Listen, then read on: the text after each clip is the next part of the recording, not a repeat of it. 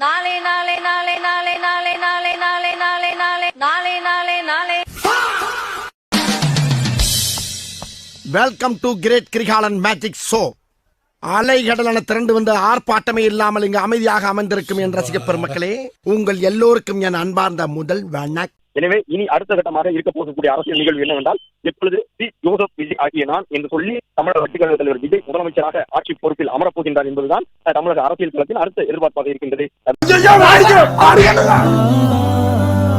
அது ஏற்கப்படும் என்றும் எதிர்பார்க்கப்படுகின்றது. மற்றபடி இரண்டு கம்யூனிஸ்டுகள் நிபந்தனையற்ற ஆதரவு, அதேபோன்று விடுதலை சிறுத்தைகள் கட்சியும் நிபந்தனையற்ற ஆதரவு, இந்திய யூனியன் முஸ்லீம் லீக்கும் நிபந்தனையற்ற ஆதரவை தந்திருக்கின்றார்கள். சிறப்பான ஆள் நீ. இடம் கூட வேண்டாம், உங்களை நாங்கள் ஆதரிக்கின்றோம், நிலையான அரசு அமைவதற்காக அந்த ஆதரவை நாங்கள் கொடுக்கின்றோம் என்று சொல்லிதான் இப்பொழுது இந்த கட்சிகள் தங்களுடைய ஆதரவை தெரிவித்திருக்கின்றார்கள்.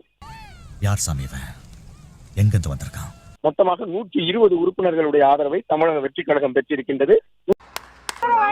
வெற்றி வெற்றி வெற்றி அனைத்து தோழமை கட்சிகளுக்கும். எப்படி பாருங்க, எங்க போனாலுமே வந்துடுறான். அண்ணன் திருமாவளவன் விடுதலை சிறுத்தைகள் கட்சியோட அனைத்து தோழர்களுக்கும் எங்களுடைய நன்றி.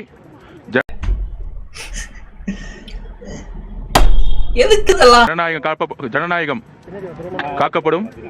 மக்களுடைய ஆதரவுடன் தமிழகத்தின் முதலமைச்சராக எங்களுடைய தலைவர் விஜய் அவர்கள் உருவாவார்கள்.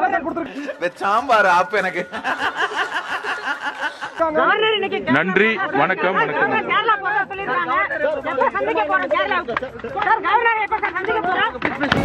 ஏன்டா உசுர வாங்குறீங்க?